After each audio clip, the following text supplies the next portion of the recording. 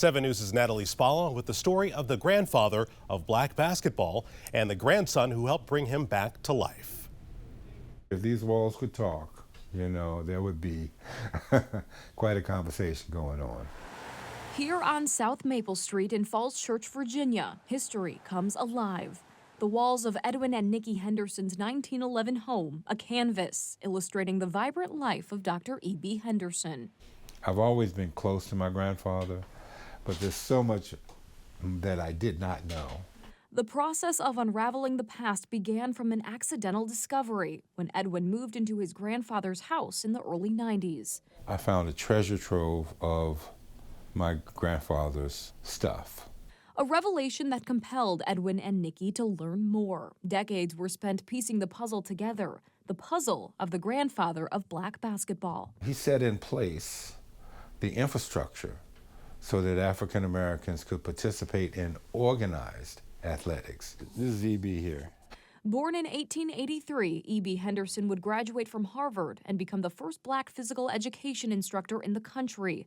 Henderson returned home to D.C. to share what he learned, including organized basketball. They weren't going to allow black teams in because then they would be able to play against white teams. So they told him, you go ahead and form your own league. So he did. That became the model for other leagues that African Americans created.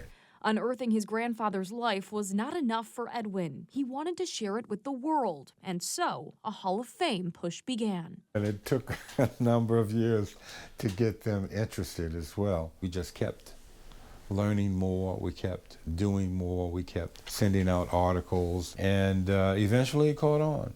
Henderson was inducted into the Naismith Hall of Fame in 2013. His story, not just acknowledged, but recognized as one that needed to be told.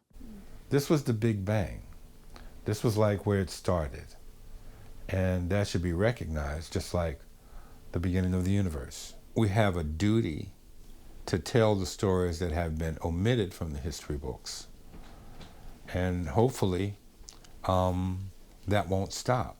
For 7 News, I'm Natalie Spala. And Henderson has written a book about his grandfather's legacy. You saw just now in that story.